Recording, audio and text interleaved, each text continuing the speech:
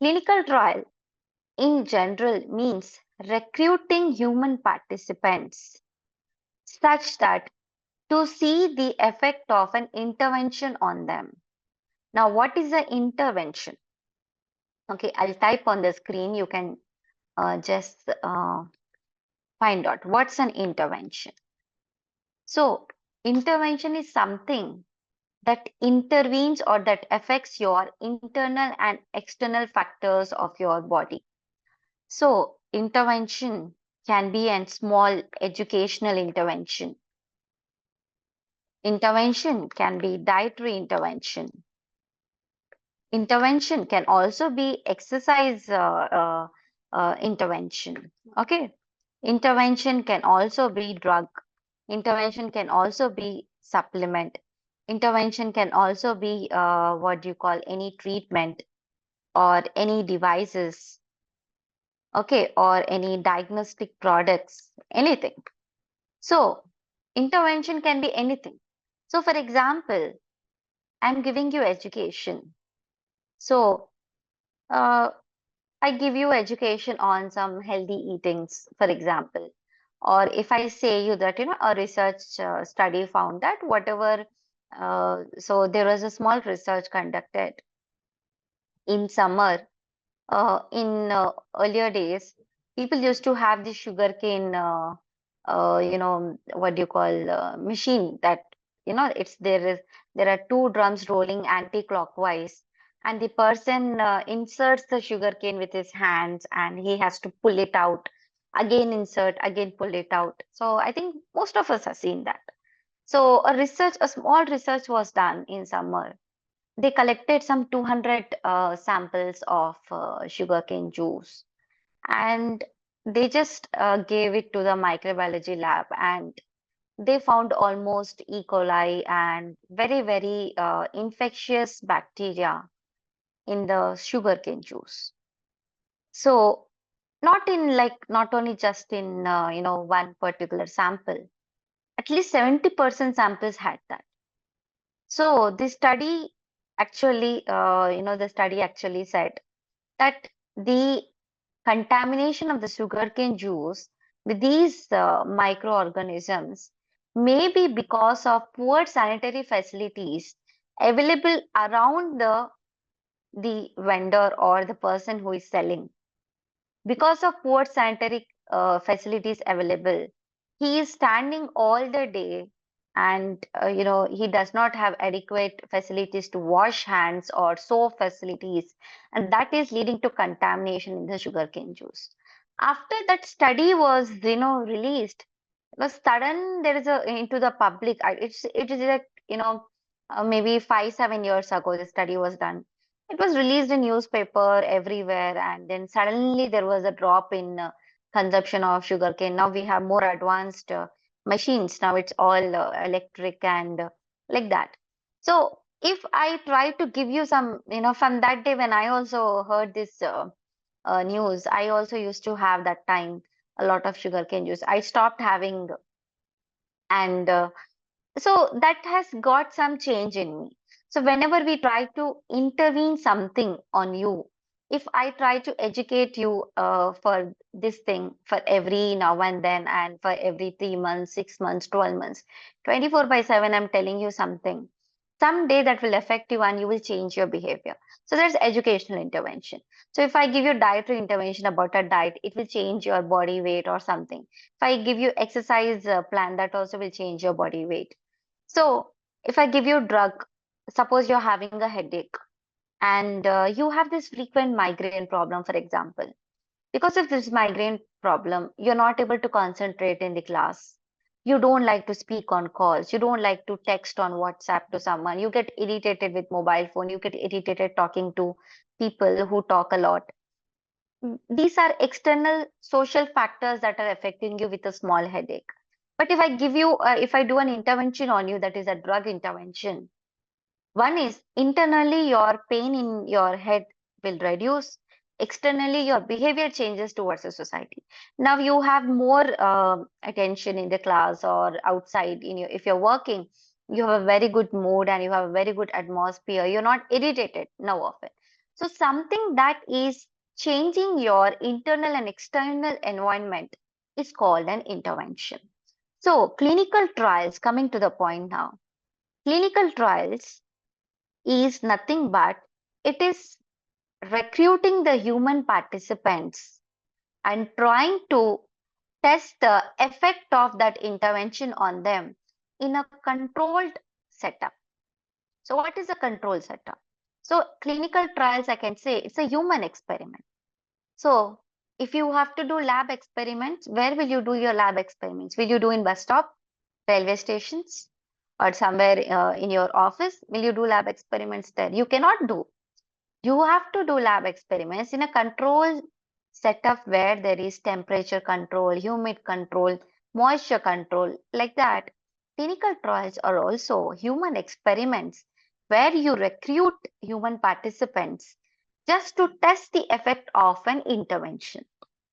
Okay, that is in general clinical trials. So when I gave you all this list of education, dietary, exercise, drug, many people have done clinical trial using educational intervention. Many people have done dietary intervention. Now, why I'm telling you all these things, even when it is not in your domain, like, education, dietary, exercise, it's not right now for pharma students. This is not the, your domain. But still, I am telling you the reason is the moment the HR or somebody will ask you, what is clinical trial? People will simply say trying to see the effect of a drug.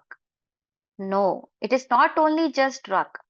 Trying to see the effect of any intervention on the human beings. So that is called clinical trials. So now coming to the pharmaceutical industry. In this list, you can see on the screen over here in the right side, these are your main domains in your pharma industry. You run clinical trials for the intervention on medications, devices, diagnostic products, and treatment regimens. So, medications are all drugs, you know.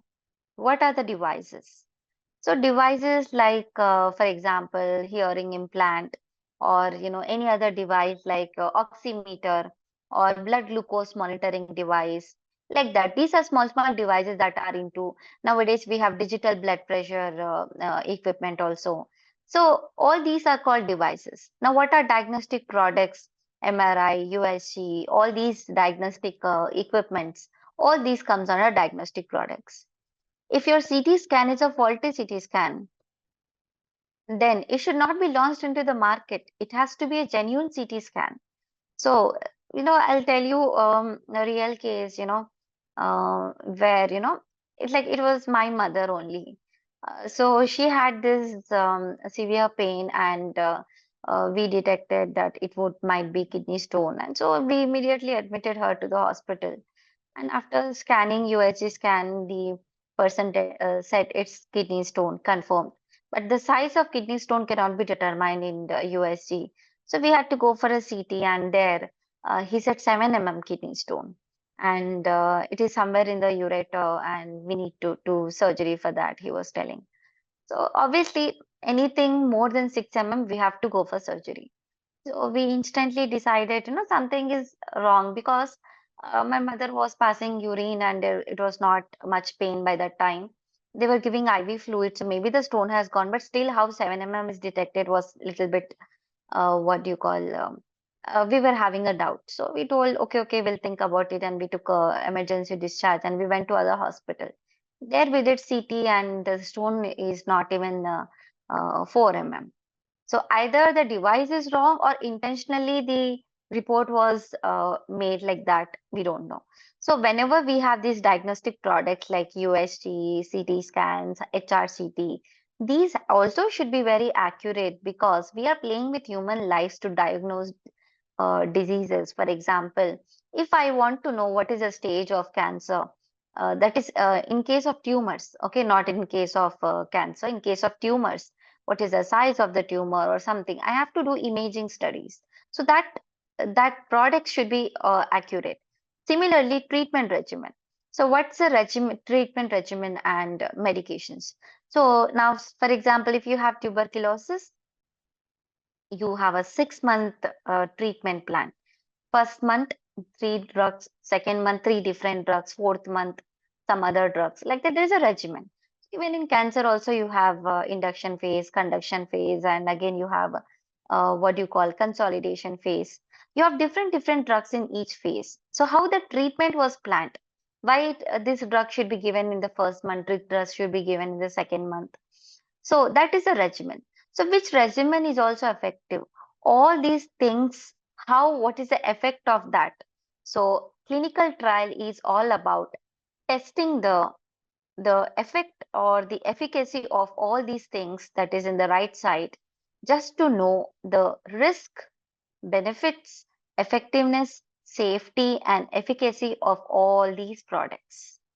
So not only that it should show efficacy, what are the risks also we need to study. So you're intervening all these things on the human subjects in a controlled setup, and through that you will run clinical trials, phase 1, phase 2, phase 3. And here in that entire human experiments, you will get all the risk associated with that new intervention, and benefits, effectiveness, efficacy, and safety. So, risk benefits, it's explanatory, you all know. Safety also, you all know. Safety means it should not cause harm to the human subject. Now, efficacy and effectiveness, what is the difference? So, for example, if it's a medication, okay, efficacy and effectiveness will apply to medications. So, if it's a medication, suppose the diabetic drug.